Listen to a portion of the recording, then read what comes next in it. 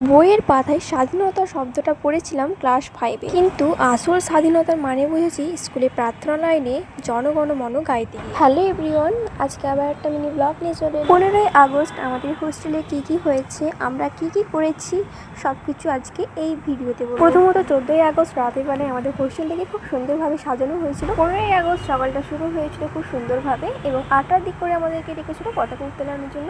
সত্যি বলতে পারি সারাদিনটা খুব সুন্দরভাবে কেটেছে। যেহেতু আমরা স্বাধীন, এটা ভেবে আমরা সন্ধ্যাবেলা সবাই মিলে না একটু মজা চলে তো সবাই মিলে আমরা কোথায় যাচ্ছি এটা জানতে গেলে পুরো ভিডিও তোমাদেরকে দেখতে হবে। রাস্তা দিয়ে হাঁটার সময় মনের মধ্যে একটা প্রশ্ন বারবার জাগছিল, আমরা কি সত্যি স্বাধীন? আজও কেন একটা মেয়ে একা বেরোলে তাকে মনের মধ্যে ভয় রেখে বেরোতে হয়? কেন তার কেন স্বাধীনতা নেই? স্বাধীন জেনেও কেন স্বাধীনতা নেই? যাই হোক, আমরা অবশেষে চলে এলাম সেই জায়গায়, আমাদের খুবই প্রিয় একটা জায়গা, ময়দান। সবাই মিলে ঘোরাঘুরি করলাম, গল্প মজা সবই করলাম। আর দেখো এখানেও কিন্তু খুব সুন্দরভাবে সাজিয়েছিল ময়দানটাকে। এখানেও ছোট করে অনুষ্ঠান হয়েছিল, বাচ্চা বড় সবাইকে নিয়ে।